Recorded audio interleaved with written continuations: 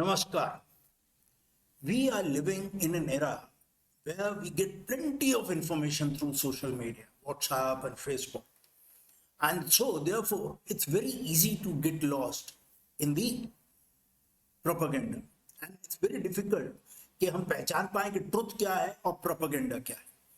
अब जो लोग व्हाट्सएप पे रिलाई करते हैं उनके लिए तो कोई प्रॉब्लम है नहीं. They will because they think what is coming on WhatsApp is the knowledge. But for the rest, there it's a challenge. For instance, we all know that what is Human Development Index, what is Ease to Do Business ranking, what is per capita income, economic rankings countries की क्या हैं. So, but this is all data, and it needs to be evaluated, right? How do we know कि country की policies हमें किस दिशा में ले जा रही हैं? सिर्फ डेटा से हमें नहीं पता लग सकता, क्योंकि particularly when India's rankings on most of the global indices is below 100, right? For those who are on WhatsApp and they rely on WhatsApp information, उनके लिए तो कोई confusion नहीं. But for the rest, उनके लिए है. It's a challenge. Now, this is where this book, Rise and Fall of the Nations by Ruchir Sharma, becomes invaluable. It is written in a very clear and easy language so that even a non-economist can examine the economic health of the country very easily. He has given 10 rules, right? And for each rule there is one chapter. Now, if we go through these 10 rules, we would be able to, even a non-economist, a layman, would be able to make out, with the help of these rules, that where is our economy heading to. Right? He will be able to examine the economic health of the country. Now, Ruchir Sharma has got excellent credentials. He was the chief global strategist at Morgan Stanley Investment Management, और एक foreign policy magazine है, उसने उसको rate किया था as one of the amongst the top 100 global thinkers. Right? So, as I said, book जो है वो 10 chapters है, 10 rules हैं. So each rule has got one chapter, dedicated chapter, and then there are additional 2 chapters for the 2 principles, right? So let's get on with the book, which is so excellent कि एक बार अगर आप उठाएंगे तो उसको छोड़ने का मन नहीं करें. So let's begin with the first chapter. That is the first principle he has highlighted. Now the first principle, he said, author says, is impermanence. Now what does that mean? It basically means that there is a cycle, right? There is growth and there is a downfall. That's what is the name of the book also, Rise and Fall of the Nations. Now this cycle basically means is there is crisis, then there are reforms, and after reforms comes the growth, and thereafter stagnation or stalemate, and then once again the decline, and it goes on like this. So there is nothing permanent here. And he cites examples also. In 1960s, Philippines was hyped as the future of Asia, but it is stalled. Thereafter, in 70s, US analysts believed and declared that Soviet Union is the next biggest economy, and that we know it collapsed. And then Japan occupied that position for some time, but it headed nowhere. And then some people started talking about BRICS, and BRICS is nowhere now. Right? So out of this comes the second principle, that is, there is nothing permanent. It goes through a cycle. So it's futile to make forecasts beyond 5 to 10 years. You can't do it. right? Because of this cycle, right? And there are too many aspects. He cites, the author gives examples, and we are seeing this, right? Uh, right now, the first came what? Demonetization, then GST. It had an impact on the economy. So by the time we started recovering, came the COVID. Then came Ukraine war. It impacted the whole economy, exports, imports. And then came the Gaza crisis, Red Sea.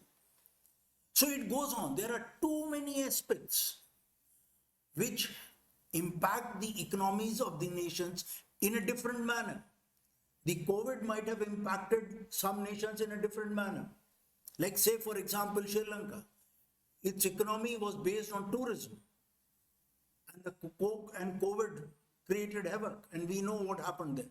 So, there are too many aspects that have an impact on the economy, and because nothing is permanent, it's all cycle, up and down, crisis, reforms, growth, stalemate, and decline, and it goes on like this, right? So it is बेकार है ये कहना कि अगली century India की होगी या अगली सेंचुरी एशिया की होगी. It's futile to make such declarations, right? So here are the two principles. One, nothing is permanent, and second, because nothing is permanent, so it's futile to make such predictions. Now we come to the rule one. People matter. Now what he means by this, the author means is that the productivity of a nation depends on its people joining the workforce. Jawan log join kar. So he lays down, through research work he has found, that if the population of the workforce is growing by 2% or more, then that nation can think of long-term economic growth. And it grows for at least a decade or so. But if it is reducing, the population is shrinking, and it is below 2%, that means the population of the elderly is growing. और वो productivity आपको बढ़ाते नहीं है देश की. So if it is population is growing at a rate of 2% or more for a decade, then you can think of the long-term economic growth. But it's a fallacy. He once again warns, it's a fallacy to think it will always happen like this, because once again, this aspect, population growth or the growth of workforce, depends on many things, on the quality aspect, education, skills, thereafter ease to do business, right? The environment as such, technology, innovations. So अब सिर्फ blindly ये कहना कि population workforce grow हो रही है तो productivity भी बढ़ेगी, ऐसा नहीं है. Now this problem can be mitigated by ensuring that the women join the workforce, but at the same time the problem is, even in developed nations, that the women joining the workforce has always stagnated, and it has not grown much, even in developed countries. Now, although जहाँ पे population workforce population is reducing, there may be some attraction for the migrants, कि migrants को बुलाते हैं, but then once again there are political issues related to culture and all that. So rule one, people matter, and that is work, how many people or what is the percentage of people joining workforce. If it is growing by 2% or more for a decade, that means you can think of long-term growth. But it is subjected to certain conditions: education, skills, ease to do business, what is the environment, technology, and so on. Now we come to rule two, the circle of life. Author had discussed this principle of impermanence. That is a cycle. So here he talks about the same thing, the circle of life. And this circle of life keeps moving constantly, and it shapes and reshapes the economies for better or worse. So you have crisis, a leader comes, he brings out reforms, so there is a growth. And when there is a growth, thereafter comes the stalemate. Now, worst period is when this leader during the stagnation or the stalemate, he hangs on to power by giving doles, subsidies, and raising the hyper nationalistic sentiments. And he hangs on to power by these means. And so there comes the decline, right? And ये countries का misfortune है कि जब बुरे वक्त हो और stalemate चल रहा हो और उस वक्त ऐसे लीडर देश को मिल जाए. And look around, you will find such leaders. And the author has given examples like Erdogan of Turkey, Suharto, Malaysian Prime Minister Mahathir, Bush, Putin. They all came when there was a crisis. They brought about the reforms. The country grew to an extent, and then thereafter they hung on to power with the help of dole, subsidies, and hyper nationalism. Right? So here he is in this chapter. He has also discussed about the advantages and disadvantages of democracy and authoritarian rule. Now we come to rule 3. वैसे तो हर economy में you find inequalities, developed nations में भी inequalities, but there are certain basically 3 questions to be asked. 1, how many billionaires are there, particularly in a society which is already plagued with huge income inequality? For example, India में top 1% own almost 41% of India's total wealth. ये सर्वे से निकल गया in 2021. In 2022, the number of billionaires जो India में हुए, they rose up to numbering 166. 2020 में सिर्फ 102 थे और 2 साल में 166 हो गए. The second question needs to be asked is, how have these billionaires arisen? ये पैदा कैसे हुए, बन कैसे रहे? Are they emerging out of connections, political clout, political influence, family ties, और sheer merit पे बन रहे और laws and procedures को follow करके बन रहे? तीसरा question, how is this inequality being addressed by the nation, by the government? Now he says, author says, कि जब ये 3 क्वेश्चन निकल के हमारे सामने जब आते हैं, he said it is good that there are billionaires. However, they must emerge out of merit, laws and procedures, and not due to political influences and corrupt ways. A nation needs business tycoons, but not through corruption. ये जब deeper मेले से ये अगर निकल के आता है कि हमारे देश में लोग जो बिजनेस टाइकून्स हैं और जो बिलियनर्स बन रहे हैं, they are becoming billionaires because of prevailing corruption और political influence. So this will not allow country to have a long run of growth, because this may become a root cause of social unrest also. Now we come to the rule 4, perils of the state. Now, to spur the growth, देश में growth लाने के लिए, the government has to spend money on infrastructure, healthcare, research and development, law and order, technology, setting factories. So that there is economic growth. Now the question is, where is the government spending? Is it spending on something which spurs growth, और या फिर subsidies में और doles में?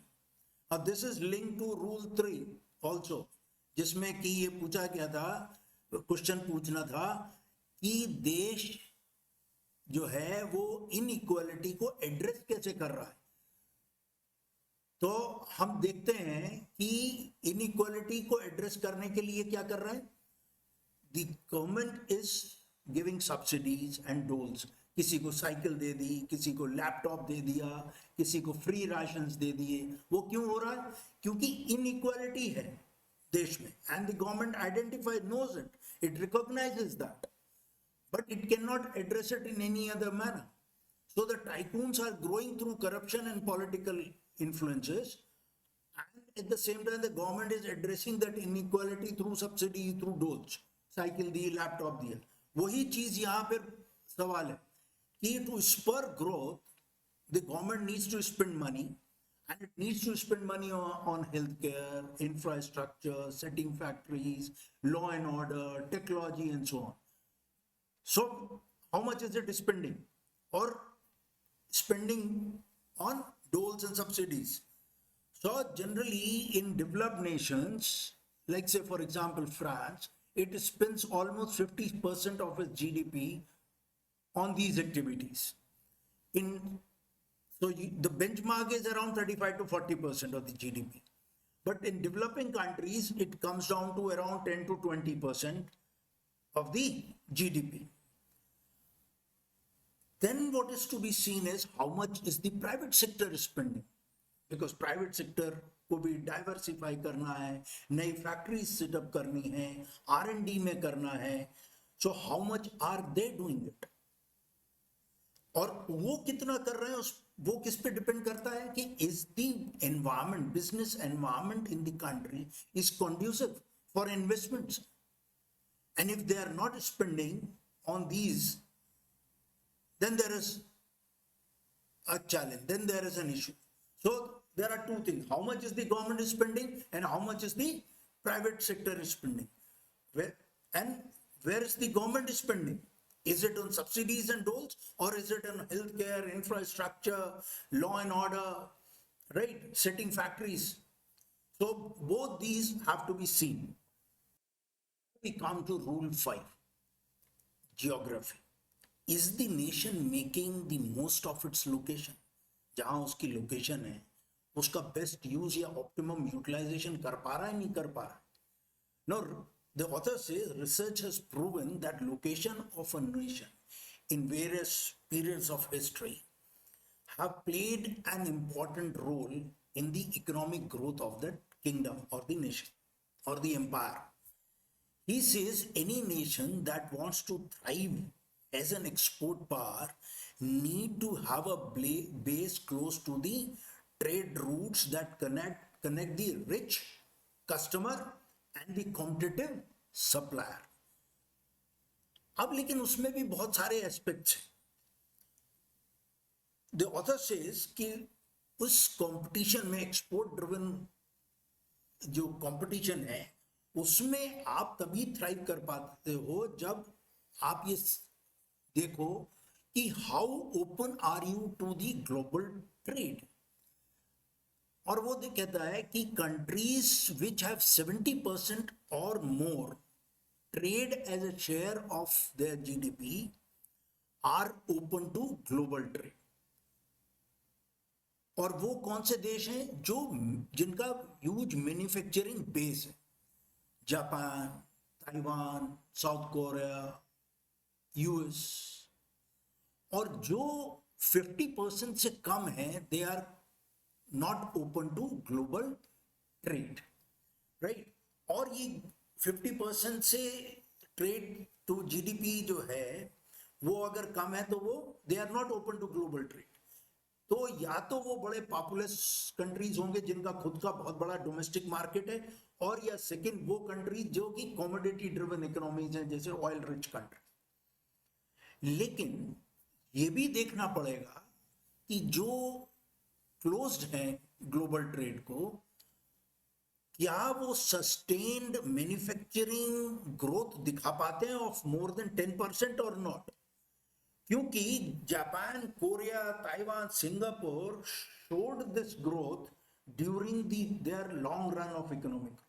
उन्होंने manufacturing growth उनकी 10% या above रही. अब वो हाईलाइट करता है दूसरा एस्पेक्ट आपके लोकेशन कि रीजनल ट्रेड आपका कितना. He gives the examples of European countries and he says कि यूरोपियन कंट्रीज में जो एक्सपोर्ट्स हैं within the region are almost 70%. In America, it is around 50%, whereas in South Asia, it is just 5%. So we are not making use of our location, geographic location within the region. Right? So then another aspect he brings out about geography is कि आपके यहाँ urbanisation का rate क्या है, rural population कितनी है, urban population कितनी है, उसका भी उसने he is given the ratio, right, which determines कि आप रियली में अपनी ज्योग्राफी का सही इस्तेमाल कर पा रहे हो या नहीं कर पा रहे. And then he also emphasises on this aspect कि आपकी सिटीज कैसे हैं.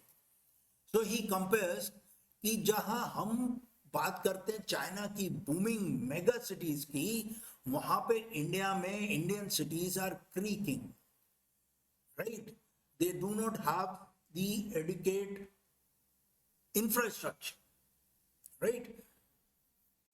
Now we come to rule 6. The author says rule 6 में factories first, services later.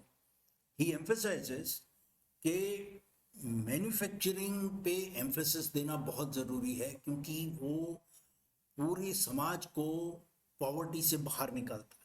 It provides in employment to whole lot of people, you know, skilled, semi skilled, unskilled, और major employment giver है manufacturing sector, factories, right.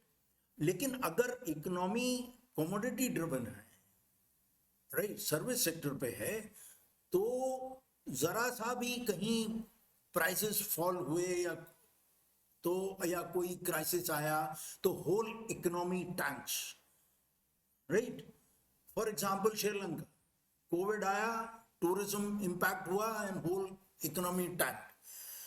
सो लेकिन manufacturing में ऐसा नहीं है. If you have a huge manufacturing base, he gives an example of Thailand, जो 1930 से जिसने 13-14 कूच देखे, बहुत सारा टर्मोइल देखा, and still sustain its economy. क्यों? Because it has got a huge manufacturing base. So वो देखना है कि what is the share of manufacturing sector to in the GDP. So it's developing countries में, you know, it's not more than 20%, 15% may be. In India it is got stagnated at around 15%. Top nations में ये ज्यादा है, right, like China, Malaysia, Korea, Indonesia, ये सब 25%, 30% invest कर रहे हैं, राइट. सो इमर्जिंग इकोनॉमीज को इन्वेस्ट करना है around 20 to 30% of GDP.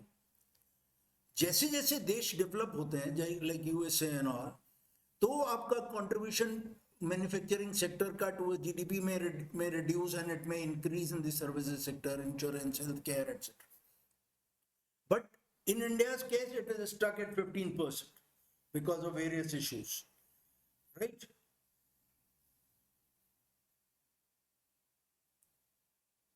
In addition to this, जब भी क्राइसिस आता है तो मैन्युफैक्चरिंग जो सेक्टर है या फैक्ट्रीज, वो हेल्प करती हैं to overcome that crisis, inflation, you know, any other problem. तो मैन्युफैक्चरिंग बेस स्ट्रांग है तो you will be able to sustain your economy.